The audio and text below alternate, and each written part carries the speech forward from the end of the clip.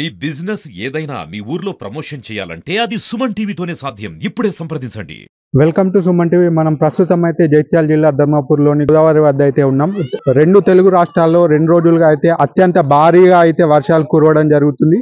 ప్రస్తుతం మనం ధర్మపూర్లో ఉన్నాం. ధర్మపూర్లో చూసుకుంటే ఆ కడం ప్రాజెక్ట్ నుంచి దాదాపు 5 గేట్లు అయితే నీరు వదిలిపెట్టడం జరిగింది. నీరు వదిలిన తర్వాత వాటర్ ప్రవాహం చూసుకున్నట్లయితే ఎక్కువగా ఉంది. ఇప్పుడు ధర్మపూర్లో అయితే అత్యంత ప్రవాహంగా ఉంది చూసుకోవచ్చు మనం.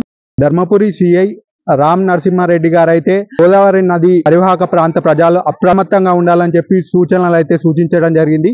వాటర్ ప్రవాహం ఎక్కువగా పెరుగుతుంది కావున ఎక్కువ దూరాల నుంచి వచ్చే గోదావరి నదికి వచ్చే భక్తులు చాలా మంది ఉంటారు. వారికి తెలియకుండా గోదావరిలో దిగే ప్రమాదం ఉంది. అందుచేతన ఎవరు కూడా గోదావరి నదిలో దిగకూడదని చెప్పి గోదావరికి ఒక తాడును కట్టయితే భక్తులు ఎవరు కూడా లోపలికి అతి లోతుకు దిగకుండా ఉంచాలని చెప్పి దానికైతే సూచించడం జరిగింది. ఈ రోజు మరియు రేపు 2 రోజులు కూడా అత్యంత భారీ వర్షాలు అయితే ఉండే సూచన ఉంది. వాతావరణ శాఖ సూచన మేరకు ఈ రోజు మరియు రేపు 2 రోజులు కూడా అతి భారీ వర్షాలు అయితే ఉండే ఛాన్స్ ఉంది. వర్షం కురిసినప్పుడు ఎవరు కూడా చెట్ల కింద ఉండకూడదు. వర్షం కురిసినప్పుడు ఆ చెట్ల కింద ఉంటే ఒకవేళ పిడుగులు వేసే అవకాశం ఉంది. రోడ్లపై వర్షం కురిసినప్పుడు వేగంగా వెళ్లే వాహనాలు అయితే చూసుకొని వెళ్ళాలి. ఎందుకంటే ఇంకుడు గుంతలు ఉన్న చోట లోతు ఎక్కువ ఉంటుంది. అందులో కింద పడే అవకాశం ఉంది.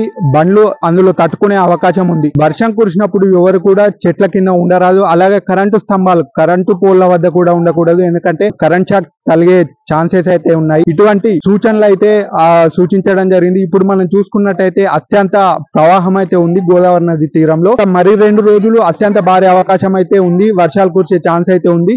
దాని వలన ఇప్పటికే గోదావరి మెట్ల వరకు వాటర్ ప్రవాహం అయితే చేరింది. ఈ విధంగా ఇదే కంటిన్యూగా సాగితే అయితే ఈ వాటర్ ప్రవాహం ఇదే విధంగా ఉంటే గిట ఈ గోదావరి మెట్లు నిండి గోదావరి దేవాలయం వద్దకైతే నీరు చేరే అవకాశం అయితే ఉంది. ఇప్పుడు మనం చూసుకున్నట్లయితే నీరు అత్యంతంగా ఉన్నందువలన ఇంతకుముందు ఎవరైతే గోదావరి నదికి స్నానంకు వచ్చిన వాళ్ళు ఎవరైతే ఉన్నారో వారు గోదావరి నది లోపల దిగి స్నానం చేసేవారు. ప్రవాహం చాలా ఎక్కువగా ఉన్నందువలన ఇప్పుడు మెట్ల వరకు అయితే నీళ్లు ఉన్నాయి. ఆ మెట్ల మొదటనే స్నానం చేసి అయితే వెళ్తున్నారు. ఇది చాలా ప్రవాహం ఉండడం వలన ఇక్కడ మెట్ల వద్దనైతే స్నానం చేస్తున్నారు. ఇక్కడ ఆ మెట్ల వద్దకే వచ్చి స్నానం చేయాలని చెప్పి పోలీస్ శాఖ కూడా సూచించడం జరిగింది. మరియు లోతుకు వెళ్లకుండా కూడా దానికి ఒక తాడైతే భక్తులు ఎవరు కూడా అతి లోపలికి దూర ప్రాంతాల నుంచి వచ్చే ప్రజలకు తెలియకుండా లోపలికి వెళ్తారని చెప్పి దానికి వెళ్లకుండా ఒక తాడునైతే కట్టడం జరిగింది.